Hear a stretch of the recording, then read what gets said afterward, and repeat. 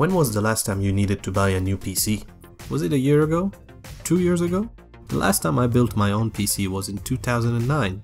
I had to upgrade because I pushed my previous one to the limit, and a 2004 machine was becoming outdated. For the 2009 computer, I found parts all over the web and used the old case I had sitting in my closet. From the outside, it doesn't look very sexy. A 2009 desktop is old in computer years, but not so much in processing power. Every year there are new processors in the market and their benchmarks show exponential improvements. But benchmarks are a new marketing gimmick. In the right condition, every piece of hardware is the best that was ever made according to the company that made it. PC sales are plunging and very fast, but sales are the wrong indicator of the advancement of the technology. Every reputable news outlet has written articles titled "The PC is dead," or a variation of it, and all of them based it on a single fact, that the sales are down. Let me explain why sales are down. The reason we are not buying PCs anymore is because those we have are already pretty amazing. I own a Dell Inspiron E1505 laptop. The display was broken, not sure how, so I plugged an external monitor instead of repairing it. Today I use it as a development machine. I use it to make Android apps, watch movies, record YouTube tutorials, or make websites for clients. This machine is from the ancient time of 2006. That's right, 10 years old. Its age was starting to show, so a few years ago I upgraded the hard drive to a 120 gig SSD, and I installed a copy of Ubuntu 12.6 at the time, and it became my main computer. It boots just under 15 seconds. On this computer, I run the browser with multiple tabs, my IDE, code compiling, and I rarely worry about performance. I'm not recommending you buy a 2006 machine, but imagine if an ancient machine can do so much, what would you expect from a 2009 desktop? I used my 2009 desktop just like the 2006 laptop. The advantage is I can have much more RAM, and desktop is much easier to upgrade. When I was having trouble playing HD videos on this machine, I had to make one significant upgrade, and note that replacing the graphic card is not considered a major upgrade. But now I can play full HD video on the big screen when my niece and nephew come to visit, and at the same time I can do my work. The machine barely purrs with all this going on in the background. However, with all these amazing things you can do with a PC, there are some cons. Number 1, the PC is not portable. That is all.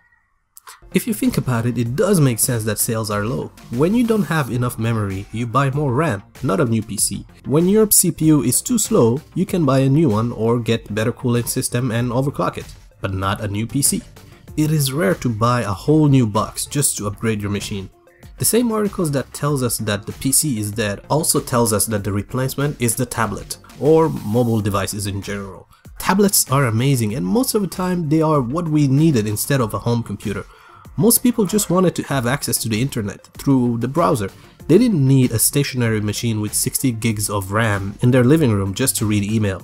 The tablets fill that market. They have extended battery life compared to laptops and are much easier to carry around. But for some reason the tablet doesn't have a long life. If your battery starts underperforming, you can't change it. If the tablet starts to become slow at some task, you can't upgrade the memory. In fact, you won't ever think about upgrading the memory because before you start running into problems, there will be a new, shinier model that promises to be better. Soon enough, you will get the latest model and hand out your tablet to your favorite cousin or niece.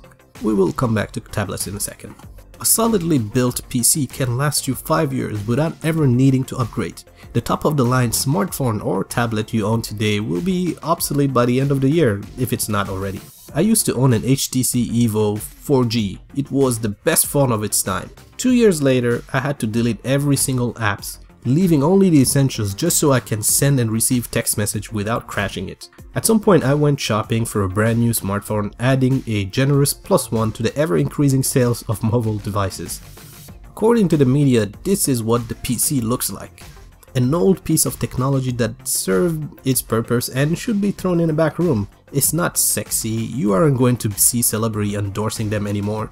It's old news. PC makers and retailers will have a hard time convincing people to buy new PCs because whatever you see in the store is just repackaged goods. This doesn't mean the PC will slowly fade away. Instead, only the people who need it will buy it from now on. And that's how it was supposed to be in the first place. I first wrote about the marketing state of the PC in 2013, and in 3 years there's something that changed and I thought it should be worth mentioning. The tablet is dead. Or at least it is dying, according to many articles in the media. The reason is exactly the same as the death of the PC. Sales are declining. Has it occurred to them that maybe Apple and Android tablet makers have finally outdone themselves and created the most amazing tablets? If you pick up any tablets today, you can watch high quality video, play graphic intensive games, use apps seamlessly. Microsoft Surface is a tablet more powerful than many laptops. This is certainly a breakthrough. Amazing products were made, people bought them. Now we're wondering, why aren't they getting rid of them to buy the latest model? Well, the answer is simple. The old one still works pretty well. I can't wait for the day I will finally write an article titled, "The iPhone is not dead, we just don't need a new one." Because by then, I will know that we created the most amazing smartphone. The next time someone tells you that the PC, the iPhone, or the tablet is dead, you know exactly how to answer them. Thank you for watching this video and I'll catch you on the next one.